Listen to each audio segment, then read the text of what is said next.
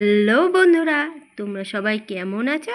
আশা করছি খুব খুব খুব ভালো আছো। আর আমিও খুব ভালো আছি। তোমাদের সকলকে জানাই গুড আফটারনুন।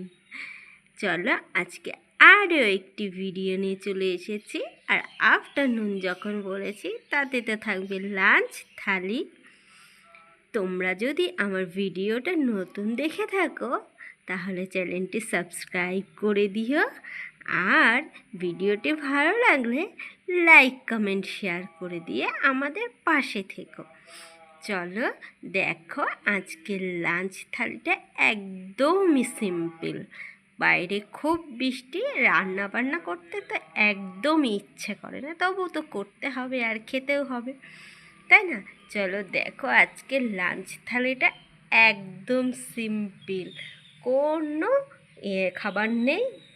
চলো দেখো আজকের লাঞ্চ থালি তো দেখেই নিয়েছো, তবে একবার তোমাদেরকে বলে দিই আজকের লাঞ্চ থালিতে কি কি আছে। দেখো, এখানে আছে গরম গরম সাদা ভাত, দেখেছো? আর এখানে আছে একটা লেবু, আর তার সাথে আছে দেখো পটল ভাজা। আমার তো পটল খেতে খুবই ভালো লাগে, আর ভাজা হলে তো কোনো কথাই নেই। তোমরা কে কে পটল ভাজা ভালো খাও জানিও কিন্তু। আর এখানে আছে চাল কুমড়োর ঘন্ট, শুধু জিরে আর কাঁচা লঙ্কা শুকনো লঙ্কা দিয়ে চাল কুমড়োর ঘন্ট। তার সাথে এখানে আছে দেখো একদম পাতলা পাতলা জিরে আর পেঁয়াজ ফোড়ন দিয়ে মুসুরির ডাল।